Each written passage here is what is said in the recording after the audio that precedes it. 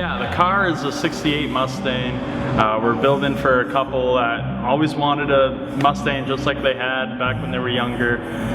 But the car started out as a 68 Mustang that was like restored 20, 30 years ago, but it's just not up to par where it should be. It's not a modern driving car. So basically they drove it, decided that they wanted a better performing car. So we ripped the car apart, we put on a rotisserie, we sent it out and got the parts of it blasted that looked like they need to be blasted. It came back, it actually wasn't too awful. We actually decided that we needed to put a full floor pan in it. So we put that in it. We're doing some custom modifications with the floor pan, just making it look a little more clean, a little more sleek, because the car is going to be done top to bottom every inch.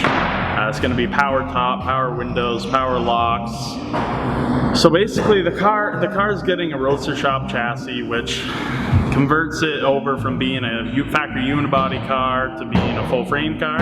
So it's a Ford 9-inch coilovers, disc brakes all the way around, forged line 18-inch wheels, and then we're going to put, for drivetrain, we're going to be putting a Coyote motor. It's a Coyote crate engine with boreless stack fuel injection, full stainless exhaust and headers, made it to a 6-speed TCI transmission.